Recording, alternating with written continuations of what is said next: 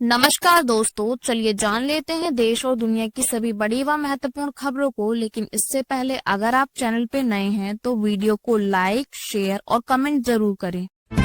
राहुल गांधी ने वोट चोरी के आरोपों के बीच युवाओं से संविधान बचाने का आह्वान किया और कहा कि जेनजी लोकतंत्र की रक्षा करेंगे। प्रेस कॉन्फ्रेंस में राहुल गांधी ने मुख्य चुनाव आयुक्त ज्ञानेश कुमार पर वोट चोरों को बचाने और शिकायतों को नजरअंदाज करने का आरोप लगाया। राहुल गांधी ने संसद में कहा कि चुनाव आयोग के अंदर से मदद मिल रही है, मेरा काम सच सामने लाना और सरकार पर दबाव बनाना है। राहुल गांधी ने दावा किया कि लाखों वोटरों के नाम योजनाबद्ध तरीके से हटाए जा रहे हैं और दलित, ओबीसी व अल्पसंख्यक को निशाना बनाया गया। राहुल गांधी ने आरोप लगाया कि वोटरों के नाम सॉफ्टवेयर से हटाए गए और कर्नाटक के आनंद में 14 मिनट में 6018 वोट डिलीट किए गए।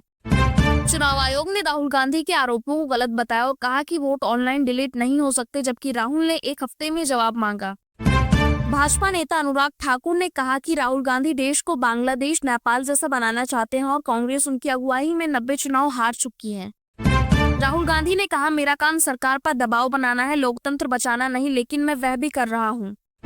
बिहार चुनाव में भाजपा ने अमित शाह को उतारा। उन्होंने रोहतास, बेगूसराय में साधु संतों से संवाद और घर घर संपर्क अभियान शुरू किया।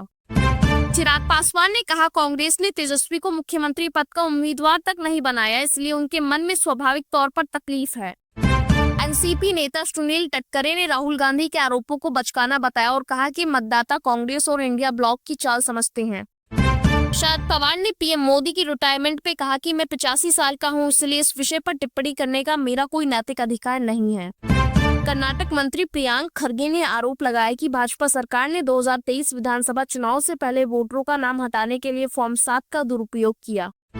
तेजस्वी यादव ने बिहार अधिकार यात्रा में नीतीश सरकार को फोटोकॉपी सरकार बताया और मुफ्त बिजली, पानी व 2500 रुपए भाई बहन योजना का दावा किया।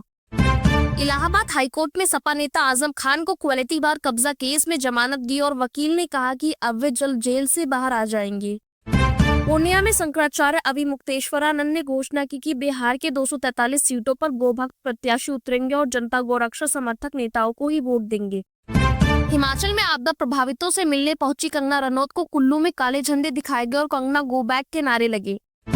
अमित शाह ने देहरी में कहा कि बिहार चुनाव 2/3 बहुमत से जीतना है। शाहबाद की 80% सीटें हमारा लक्ष्य है और एनडीए योजनाएं जनता तक पहुंचाएं।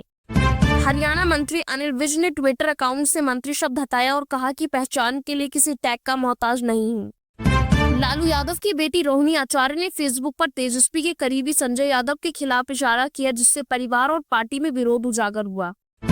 सीडीएस अनिल चौहान ने कहा, भारतीय सेना एक ऐसी जगह है जहां भाई भतीजावाद नहीं होता और देश सेवा व खोज के लिए सशस्त्र बलों में शामिल होना चाहिए। पीएम मोदी 25 सितंबर को बांसवाड़ा में 45,000 करोड़ की परमाणु योजना की आधारशिला रखेंगे। माही बांध के पास बनने वाली ये परियोजना 2800 मेगावाट बिजली देगी। जीएसटी काउंसिल ने साफ किया कि 22 सितंबर से लागू नए जीएसटी रेट का असर एलपीजी पर नहीं होगा। घरेलू पर 5% और कमर्शियल पर 18% टैक्स पहले जैसा ही रहेगा।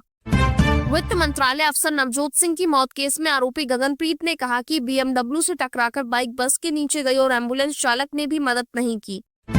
दिल्ली पुलिस और यूपी हरियाणा एसटीएफ ने दिशा पाटनी के बरेली घर पर फायरिंग करने वाले 2 बदमाशों को मार गिराया। एक की पहचान लाल जूतों और सीसीटीवी से हुई।